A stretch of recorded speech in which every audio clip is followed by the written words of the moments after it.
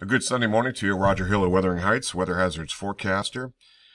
This weather video, driven by 802cars.com, it represents 802 Toyota Twin Cities Subaru and 802 Honda, all located off of Exit 7 on Interstate 89. Looking at the larger scale features here of the Northern Hemisphere and a little bit of the Southern Hemisphere. Not a whole lot of impacts expected for utilities until the end of the period. That would be Friday afternoon, Friday evening. That's where south to southeasterly gradient winds could flare up just a bit, possibly in play across the northern Champlain Valley region. Otherwise, another quiet stretch after a few travel impacts, but even those are fairly limited. And very limited amounts of snowfall expected and rather drier than normal. Should be a good week for time off or getting projects done. Also keeping an eye out for the latest developments, of course, on the coronavirus or COVID-19 and how that may impact our region in the near future, but not yet. Quiet, dry, without many utility concerns expected until late in the week and into next weekend. So currently we're making the most out of a kind of a flat ridge of higher pressure, the trough of lower pressure well off the coast now, another one entering the western part of the U.S., and the strongest indications are the northern branch of the jet stream will continue for the most part to stay to the north. The southern subtropical branch of the jet stream will kind of work its way through parts of Mexico.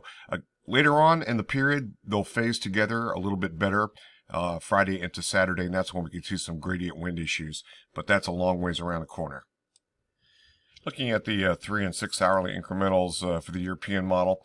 Big area of higher pressure, 1036 hectopascal, kind of ridges north, and that is what's controlling our weather on this Sunday. We're seeing kind of a streaky weather system associated with the northern branch of the jet stream that's staying north of us in Canada, and this is where it is cold enough to produce some snow. And we can see that kind of stays north. This is valid through the rest of Monday. Very late in the day, we start to see a little bit of impacts, some rain showers or flurries across our northern tier region, and then that kind of drives into the northern part of Vermont Monday night and into Tuesday.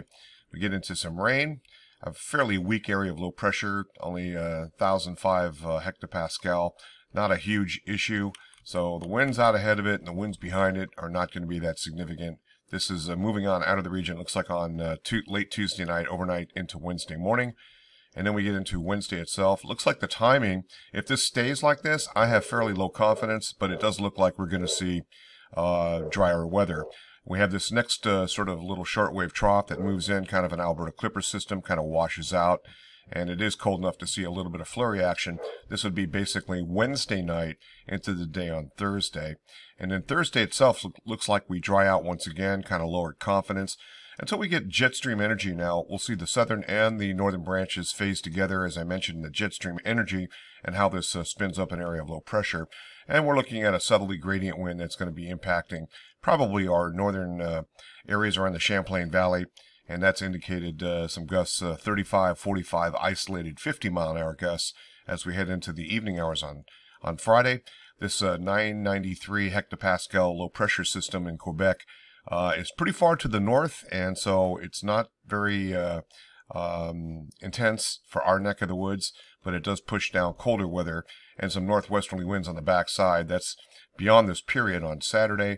We'll just kind of continue. It looks like we have another area of higher pressure with another dry stretch.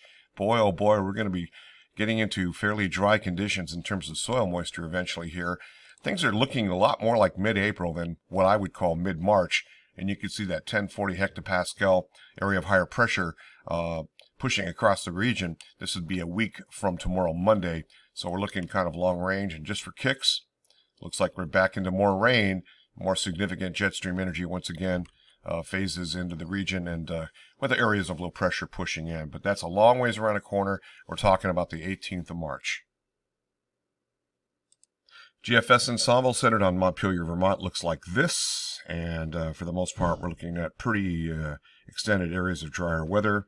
And looking at the total QPF, we're not looking at that much, of course, only around 0.4 of an inch for quite a while. That's through the next really in the middle part of the week, and fairly limited even further on, longer range.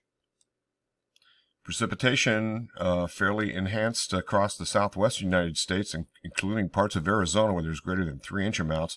We got high PWATs, precipitable water, coming in really off the subtropical Pacific Ocean and really impacting parts of northern Mexico, the desert southwest, some parts of California. That's really good news for them. Looks like the areas around Santa Barbara, back into the coastal ranges of California, really affected. Now for our neck of the woods, not a whole lot going on, as you can see. And looking at temperature anomalies, some colder air has worked its way in and covers a good portion of Canada. However, if anything, we're seeing above normal temperatures, and we're going to stay in this particular mode.